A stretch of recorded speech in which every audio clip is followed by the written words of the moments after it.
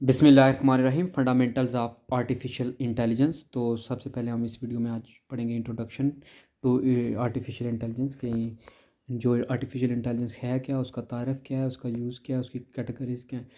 सबसे पहले what is artificial intelligence, तो मसनूई ज़हानत है क्या? The art of creating machine that perform function that require intelligence when performed by people. तो वो ऐसी मशीनें बनाना जो वो काम करें जो इंसानों को इंटेलिजेंट होने के लिए करने पड़ते हैं, जिसके लिए इंसानों का दिमाग लगता है, इंसानों की इंटेलिजेंस लगती है, वो ऐसी मशीनें प्रोड्यूस करें। जैसा चैट जीपीटी है कि उसमें आप एक क्वेश्चन को इंटर करते हो, मैथ का हो या कोई इंग्लिश का क्वेश्चन हो, या आप उससे कुछ कहते हो कि राइट ऐसे ऑन ग्लोबल वार्मिंग या इस तरह, तो वो फिर जो है ना फ़ौरन आपको 200 250 जितने आपने वर्ड्स लिखे होते हैं उतने वर्ड्स का ऐसे लिख के दे दिया। तो इस तरह जो होता है ना, इंसान भी आप क्या करते हैं, इंसानों से पूछा जाए कि राइट ऐसे ऑन ग्लोबल वार्मिंग, तो इंसान भी इस तरह लिखता है। तो वो फिर ये होती है आर्टिफिशियल इंटेलिजेंस के इंसानों ने मशीनें बनाई हैं ऐसी जो इंसानों जैसे फंक्शन परफॉर्म कर रही है।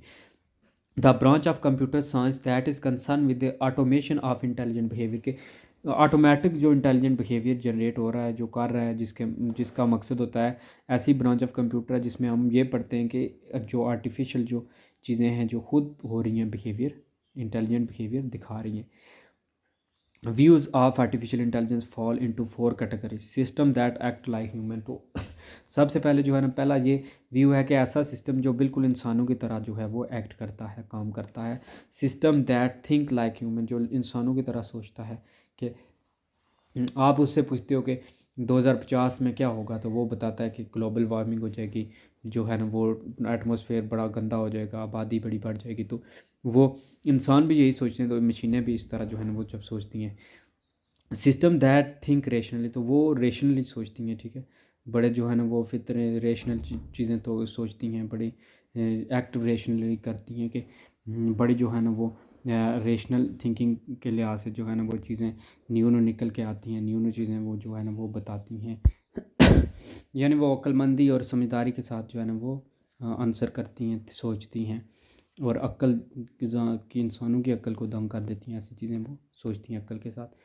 Acting humanly the turning test, तो ह्यूमन की तरह जो है ना वो एक्ट जब करती हैं, टर्निंग टेस्ट कैसे लिया जाता है। Turning test proposed by Alan Turing 1950 was designed to provide a satisfactory operational definition of intelligence। तो उसने जो टर्निंग था, एलन टर्निंग, उसने एक टेस्ट डिज़ाइन किया ताकि एक जो है ना मुतमयन सेटिस्फैक्ट्री ऑपरेशनल इंटेलिजेंस की डेफिनेशन जो है वो तारीफ़ दी जाए। कैन मशीन थिंक, तो उसने पहले ये सवाल किया, क्या can machine think, can machine behave intelligently. तो अब ये था, तो सबसे पहले उसने कहा operational test for intelligent behaviour, उसने टेस्ट किया द इमिटेशन गेम। तो सबसे पहले उसने जो इंटेलिजेंस बिहेवियर का टेस्ट दिया जिसका नाम है इमिटेशन गेम के, जिसमें वो नकल उतारती है, या नकल उतारने वाली गेम, जिसमें चीज़ें जो हैं वो रिपीट करती हैं, जो इंसान कहते हैं या जो इंसान करता है वो रिपीट करती हैं। Suggest major components of AI system artificial intelligence knowledge representation. तो वो जो मेजर कंपोनेंट है वो नॉलेज रिप्रेजेंट करते हैं, ऑटोमेटेड रीजनिंग देते हैं, खुद ब खुद रीजनिंग देते हैं, natural language understanding, language understand करते हैं, और मशीन लर्निंग होती है उनमें। तो ये उसने पहला टेस्ट लिया जिसको टर्निंग टेस्ट कहते हैं। उसमें उसने बताया कि ये चीज़ें जो है ना, इमिटेशन गेम के नाम का उसने जो है ना बिहेवियर चेक किया कि मशीनें जो हैं, जो आर्टिफिशियल इंटेलिजेंस है, वो नॉलेज रिप्रेजेंट करती है, रीजनिंग कर देती है, और नेचुरल लैंग्वेज अंडरस्टैंडिंग करती है। अब थिंकिंग ह्यूमनली कॉग्निटिव सेंस। तो the field of cognitive science brings together computer models from AI and experimental techniques from psychology to construct precise and testable theories of the human mind. तो जो cognitive science है उसने जो है ना computer और AI जो है ना एक्सपेरिमेंटल टेक्निक्स को साइकोलॉजी की मदद से जो है ना बहुत ही प्रिसाइज, बहुत ही एक्यूरेट और टेस्टेबल थीरीज जो है वो बनाई हैं ऑफ द ह्यूमन माइंड, जिसके मुताबिक जो है ना वो कंप्यूटर और एआई को जो है ना वो एक्सपेरिमेंट किए जाते हैं ताकि जो है ना लोगों की साइकोलॉजी या साइकोलॉजी के रिलेटेड जो है वो देखा जाए कि इंसानों की साइकोलॉजी कैसे काम करती है, और ये चीज़ें कैसे जो है ना वो इंटरनल स्ट्रक्चर ऑफ जो ब्रेन है उसके बारे में क्या कहती हैं। Require scientific theories of internal structure activities of the brain, तो इसके बारे में आप साइंटिफिक थीरीज चाहिए होती हैं कि इंटरनल एक्टिविटीज़ ब्रेन की कैसे काम करती हैं। What level of abstraction knowledge और circuits, how to validate requires predicting and testing behavior of human subjects or direct identification from neurological data। तो एक तो ये हो गया कि या प्रिडिक्ट करते हैं या टेस्ट करते हैं बिहेवियर ऑफ ह्यूमन सब्जेक्ट, या फिर डायरेक्ट आइडेंटिफिकेशन करते हैं न्यूरोलॉजिकल डाटा से, दिमाग से, यानी कि वो बंदा कैसे एक्ट कर रहा है, उसके दिमाग पे उसका क्या असर है, कैसे जो है ना वो चीज़ें हो रही हैं, प्रोसेस हो रही हैं माइंड में। Both approaches cognitive science and cognitive neuro science are now distinct from AI. तो ये दोनों जो कॉग्निटिव साइंस और कॉग्निटिव न्यूरो साइंस है, ये दोनों आप जो है ना आर्टिफिशियल इंटेलिजेंस से डिस्टिंक्ट है, अलग है। Both share with AI the following characteristic, तो उन दोनों में जो है ना और एआई करेक्टरिस्टिक में कुछ जो है ना करेक्टरिस्टिक्स सेम है, जैसे कि the available theories do not explain anything reasoning human level general intelligence के जो थीरीज हमारे पास अवेलेबल हैं वो इसके बारे में कुछ भी एक्सप्लेन नहीं करती, कुछ भी चीज़ें नहीं बताती। अब थिंकिंग रेशनली थिंकिंग कैसे करते हैं, लॉज ऑफ थॉट। अरिस्टोटल ने कहा था what are correct argument thought process के, कौन सी चीज़ जो है वो सही है, क्या थॉट प्रोसेस होता है। Development of various forms of logic, तो डिफरेंट किस्म की जो लॉजिक है, जो रीजन है वो कैसे बनते हैं आपके माइंड में, rationals notions and rules of derivation for thoughts, तो थॉट्स और सोच के लिए कुछ जो है नोशंस और रूल्स होते हैं जिनसे डिराइव किया जाता है, थॉट्स निकलती हैं और थॉट से फिर जो है ना लॉजिक दिया जाता है। May or may not have proceeded to the idea of mechanization, तो हो सकता है उसमें आइडिया हो या हो भी सकता है और नहीं भी हो सकता, मैकेनाइजेशन मैकेनिकल का जो है ना चीज़ें, बल्कि लॉजिकल चीज़ें होंगी। Direct line through mathematics and philosophy to modern AI, तो जो डायरेक्ट लाइन खींचते हैं ये एक जो है ना वो फिलासफी टू मॉडर्न एआई की, मैथमेटिक्स और फिलासफी से जो है ना टू मॉडर्न एआई, मॉडर्न जो आर्टिफिशियल इंटेलिजेंस है उस तक एक डायरेक्ट अप्रोच बताते हैं, डायरेक्ट लाइन बताते हैं। Main obstacle to this approach, first it is not easy take informal knowledge and state it in the formal terms required by logical notion, particularly when the knowledge is less than 100% certain। तो इसके जो पहले इसमें जो रुकावट obstacles है वो ये है कि जो इनफॉर्मल नॉलेज है वो it is in the formal terms required by logical notion, जो कि जो है ना नॉलेज इतना नहीं होता, पर्टिकुलर नॉलेज जो है ना 100% से लेस देन होता है, जिसकी वजह से वो पहले जो है ना वो इजी नहीं है, ऑब्स्टेकल्स है। दूसरी ये है कि बहुत डिफरेंस है, big difference in problem solving a problem in principle and solving it in practice के, प्रिंसिपल या थियोरेटिकल या लिखने में कुछ प्रॉब्लम को सॉल्व करने और प्रैक्टिस में उसको सॉल्व करना बड़ा मुश्किल है।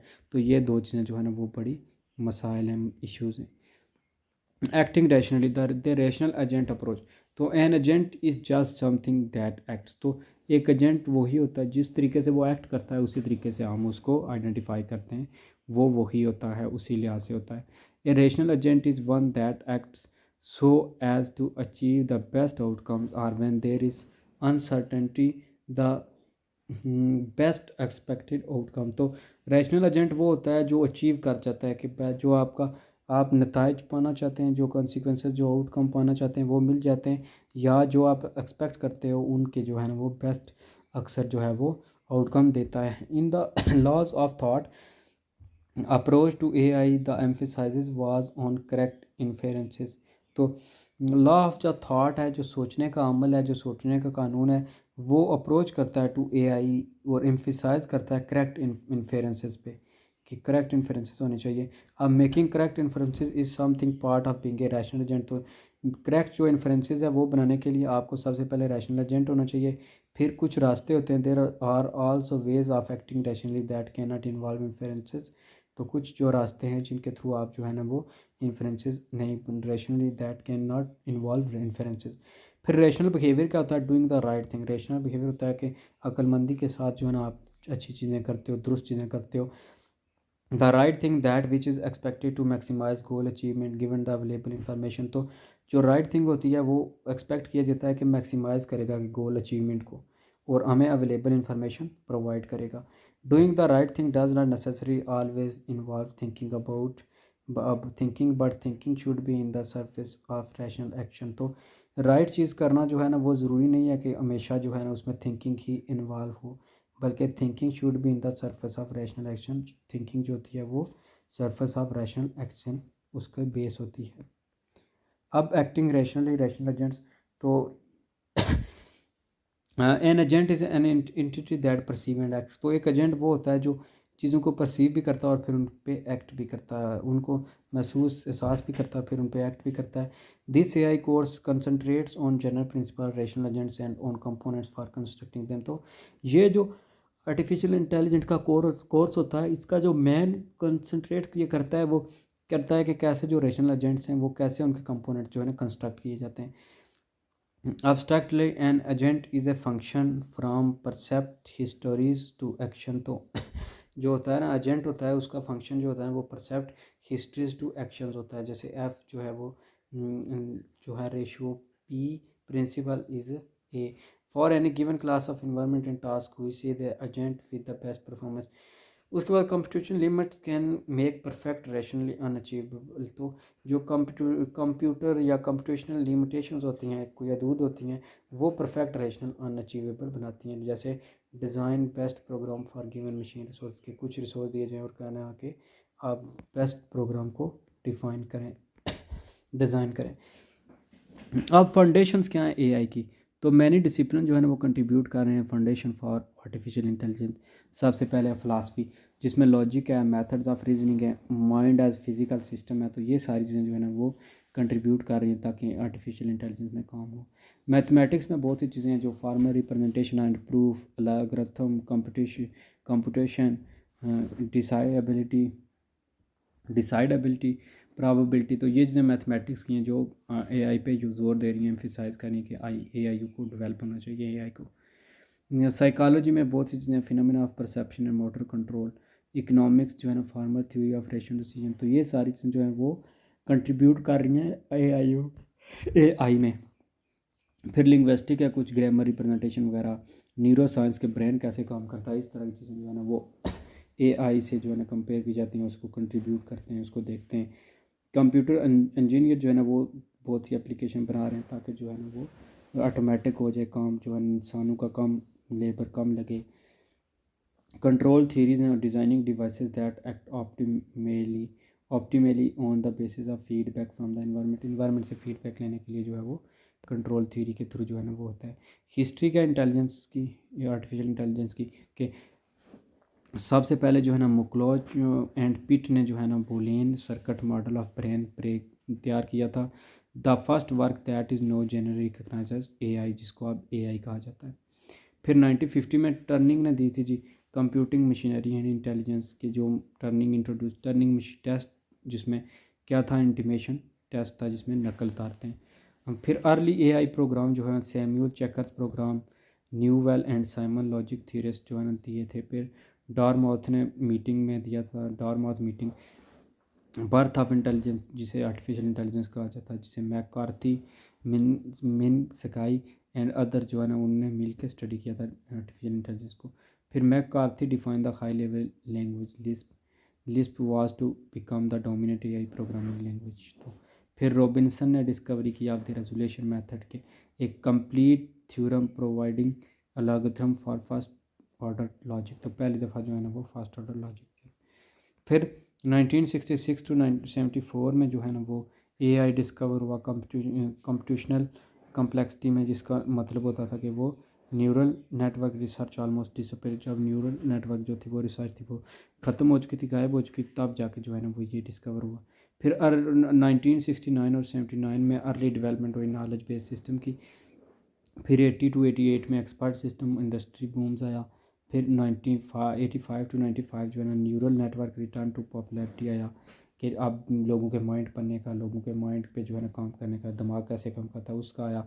फिर 1987 में जो है ना AI adopt the scientific method उसने जो है ना वो किया, जिसमें जो है ना data mining, formalism of for uncertainty networks available of every 2001 में available of every large data set. तो बड़े लार्ज डेटा सेट को ऑर्गेनाइज करने के लिए जो है ना इसका इस्तेमाल आया।